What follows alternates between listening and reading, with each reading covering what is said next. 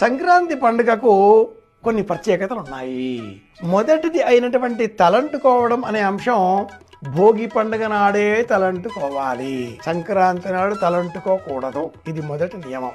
రెండవది, కొత్త బట్టలను భోగి పండుగ నాడే వేసుకోవాలి, సంక్రాంతి పండుగ నాడు కాదు.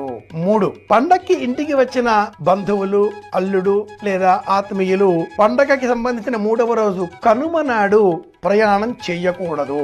ఈ 3ంటిలో వస్త్రాలకు సంబంధించిన ఒక విశేషం ఉంది.